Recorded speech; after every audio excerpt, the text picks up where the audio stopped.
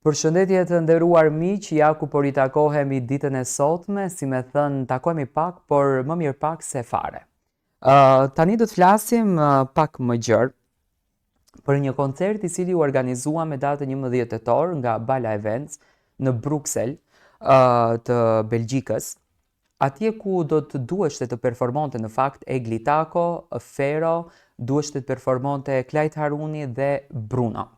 Të gjithë entuziast për të ndjekur këtë koncert, të gjithë i kishim sy të drejtuar ekranit për të kuptuar se ç'do të këndohej, se ç'atmosferë atmosferë do të bëhej dhe çfarë feste do të ishte.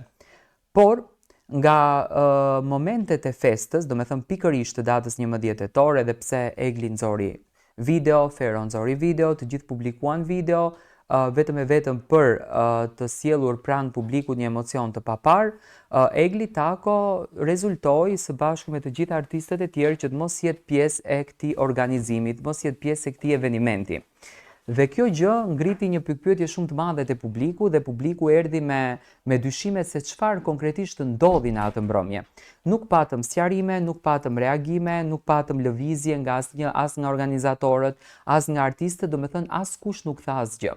Ra një heshtje plot, ra një heshtje madhe pa asnjë lloj shpjegimi. Dhe kjo në fakt ishte ajo lufta e madhe që u ndërtua mes publikut, artistëve dhe kësaj pikpyetjes të madhe që në asnjë lloj mënyre nuk kishte shpjegim. Egli Tako nuk foli, por ka patur reagime nga Bala Events, të cilët kanë treguar arsyen pse këngëtarët nuk u ngjitën në skenë. Do me thënë dyshimet ishin të mëdha në qoftë se nuk kanë qenë të pajisur me dokumentat mjaftueshme për të ngjitur në skenë, por nuk ishte kjo.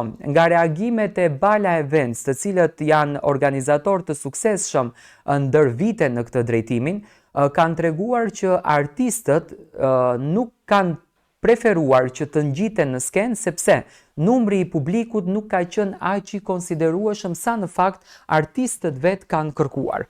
Tani, unë me sa e di, një artist, këtu nuk flas për Egli, nuk flas për Brunon, nuk flas për Klajdi, nuk flas për Feron, sepse nuk kemi akoma një deklaratë zyrtare nga ana e tyre, që ti qartësojmë gjërat një herë për gjithmonë. Do me thënë, ka një lloj shpjegimi nga ana e Bala Events, e cila nuk ekziston në story, por, do me thënë, sipas gojthënave të njerëzve nga organizatorët që kanë thënë. Dhe ekziston një shkrim nga Bala Events, do me thënë organizatori i njohur me këtë nofkën, i cili falenderon çdo shqiptar një për një, çdo DJ, çdo kamerman, çdo banakiere, çdo truproj dhe çdo truproje femër, që kanë qenë besnik ndaj gjithë udhëtimit të gjatë me 20-15 vite të këtij organizatori.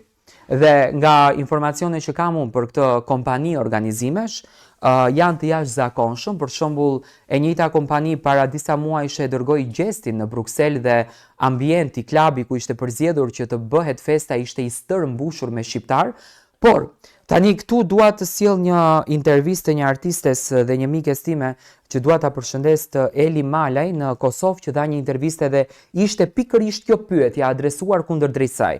A do kishe dalur të këndojsh në një ambient ku nuk do të kishte shumë mysafir? Dhe Eli e tha një fjalë shumë të bukur. Unë tha e kam për detyrë të këndoj edhe në qoftë se në sallë është vetëm një mysafir.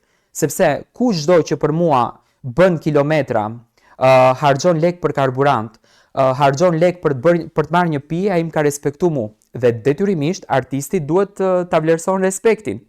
Por unë nuk mund të them që artistët nuk kanë dalë për këtë pjesën, për ta dhënë finalizimin e kësaj ngjarje që mbeti e pashpjegueshme, por pati lëvizje, do me thënë, nga ana artistëve. Për shembull, Egli u tregua shumë e lumtur ditën e nesërme, pikërisht Klajdi i lumtur. Do me thënë, thuhet që nuk kanë dalur në skenë vetëm se kishte pak publike dhe pse salla ishte fort e mbushur plot. Mendoj që shkon me fenomenin që publiku i kupton, sepse po atë natë organizatorët nxorën shumë video në story. Dhe kjo e shton pak dyshimin që Egli dhe artistët e tjerë nuk kanë dalur nga ana e publikut. Por gjithsesi, unë apeloj për organizatorët që nuk duhet të ndjenë të lënduar, çdo njeri ka normalisht kriteret e veta dhe duhet respektohen kriteret e tjetrit.